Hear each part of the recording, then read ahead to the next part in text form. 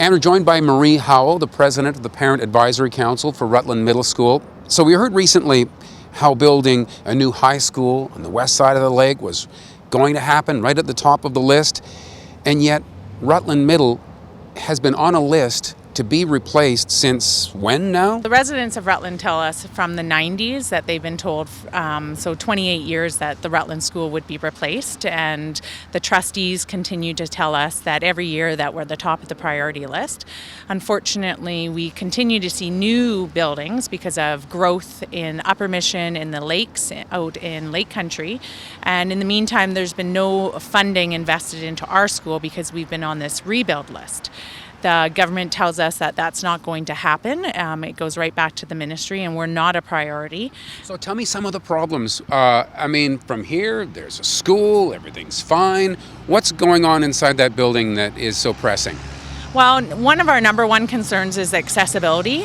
We only have a ramp to get into the first floor for anyone that has a wheelchair. And we've had a student in the past that's had to go to a different school because they were unable to access our second floor because at the moment we have no elevator or any lift. The second would be that there's lack of bathrooms, even though the ministry apparently tells us that there's enough bathrooms to meet 560 students' needs plus staff. I have a hard time with that because of the fact that in the main boys' bathroom, there's only two sinks. Between the bathrooms, there's about 8 stalls for each girls and boys in the main bathrooms. Yes, there's toilets and sinks in the gym, but that is it. We have 10 portables with no access to toilets other than coming in from the portables into the main school.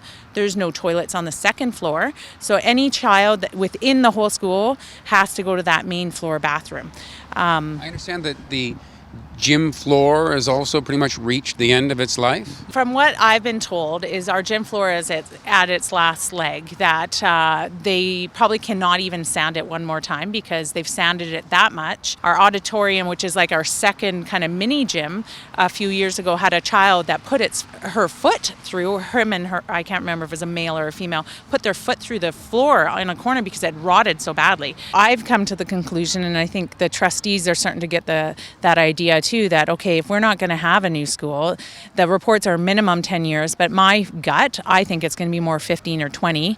Then in the meantime, we need to upgrade what we have because it's a school that is functioning, but it's unfair to students to be in classrooms that one classroom is freezing and the other one is hot. They say the squeaky wheel gets the oil. Thank you for squeaking. Thanks. Thank you for watching Kelowna Now.